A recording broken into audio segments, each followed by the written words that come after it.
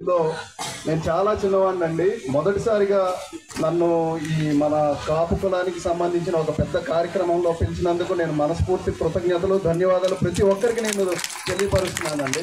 ఇందులో ప్రతి ఒక్కరు ఈ స్టేజ్ మీదకి రావడానికి వారి వెనకాల ఎంత కృషి, పట్టుదల, ధైర్య సాహసాలు ఎంత ఉంటే ఈరోజు ఇంత పెద్ద స్టేజ్కి వస్తారనేది ఒకసారి ప్రతి ఒక్కరు ఆలోచించాలని మనస్ఫూర్తిగా కోరుకుంటున్నాను. ఎందుకంటే అండి, నేను సినిమా ఇండస్ట్రీకి వచ్చి దాదాపు 18 సంవత్సరాలు అయింది. మా నాన్నగారు నన్ను పోలీస్ ఆఫీసర్ చేయాలని నాకు మార్షల్ ఆర్ట్స్ నేర్పించారు, ఎన్సీసీ నేర్పించారు, వాలీబాల్లో స్టేట్స్ ఆడాను, ఇంకా పై స్టేజెస్ కూడా వెళ్ళాను. కానీ నేను అవన్నీ నేర్పించిన తర్వాత నేను సినిమా రంగంలోకి వెళ్తానంటే మా నాన్నగారు నన్ను వద్దు అని చెప్పలేదండి. నా మీద ఒక నమ్మకం, మా అబ్బాయి ఎక్కడికి వెళ్ళినా సరే ఒక ఉన్నత స్థాయికి వెళ్తాడు, కష్టపడతాడు, నిజాయితీగా ఉంటాడని ఒక నమ్మకంతో మా నాన్నగారు సినిమా రంగం వైపు నన్ను ముందుకు నడిపించాడండి. అలాగే నేను కూడా ముందుగా చెప్పాలనుకుంటున్న ఒక విషయం ఏంటంటే, ప్రతి ఒక్కళ్ళు మన పిల్లలని వాళ్ళు అనుకుంటున్న వాళ్ళకు ఒక విజన్ ఉంటుంది. నేను ఇది అవ్వాలనుకుంటున్నాను నాన్న, నేను ఇది చేయాలనుకుంటున్నాను నాన్న అనే ఒక రంగం వైపు డెఫినెట్గా మీరు కూడా అడుగులు ముందుకు వేయించాలని నేను కోరుకుంటున్నాను. ఎందుకంటే హైదరాబాద్లో స్వామి వివేకానంద రామకృష్ణ మఠం వాళ్ళు ఒక కార్యక్రమం స్టార్ట్ చేశారు, ఆర్య జనని అనే ఒక కార్యక్రమం.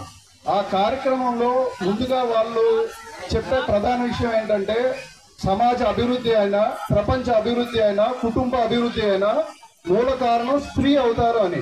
ఎందుకనంటే స్త్రీ తను ఏదనుకుంటే అది సాధించగలదని నేను నమ్ముతున్నానండి. ఎందుకంటే తల్లి గర్భంలో ఎప్పుడైతే శిశువు ఉన్నప్పుడు ఆ శిశువు నా కొడుకు ప్రపంచ స్థాయి గుర్తింపు రావాలని ఆ స్త్రీ అనుకుంటే ఖచ్చితంగా గుర్తింపు వస్తుందండి. అది అలా నిరూపణలు చాలా ఉన్నాయి. మీకు ఉదాహరణకి పుష్ప సినిమా తీసుకుందాం. పుష్ప సినిమాలో తల్లికి ఇంటి పేరు ఇవ్వాలని చెప్పి కొడుకు ఎంత కష్టపడ్డాడు, తల్లి కోసమే కష్టపడ్డాడు. తల్లి అనే ఒక కథలోకి వచ్చిందే ఆ ఫైర్ బ్రాండ్.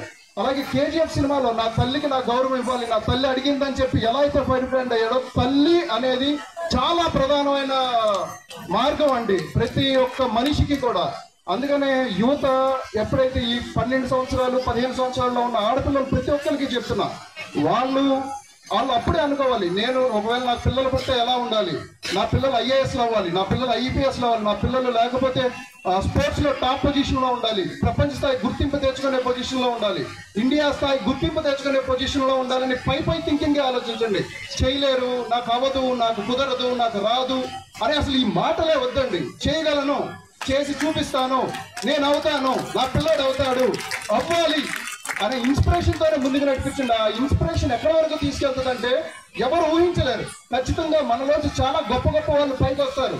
ఆల్రెడీ కోడి రామకృష్ణ గారు చాలా పెద్ద స్థాయికి వెళ్ళిన, ప్రపంచ స్థాయి గుర్తింపు తెచ్చుకున్న కుస్తీదారులు ఆయన ప్రధాన వ్యక్తి అండి. మన భారతదేశం నుంచి, మన కమ్యూనిటీ నుంచి వచ్చిన ప్రధాన వ్యక్తి. అలాగే ప్రతి ఒక్కళ్ళు కూడా అవుతారని చెప్పి నేను మనస్ఫూర్తిగా నేను అభిలాషిస్తున్నాను, ఆశిస్తున్నానండి. నాకు అవకాశం ఇచ్చిన పెద్దలందరికీ నా మనస్ఫూర్తి కృతజ్ఞతలు, ధన్యవాదాలు తెలుపుతున్నాను. థ్యాంక్ యూ తేజ్ గారు. ఆయన చెప్పినట్టుగానే మన వాళ్ళందరూ ఏ రంగంలో అయినా ఉండండి, ఆ రంగంలో మొదటి స్థానంలో ఉండడానికి కృషి చేయండి. అది ప్రధానమైనటువంటి అంశం.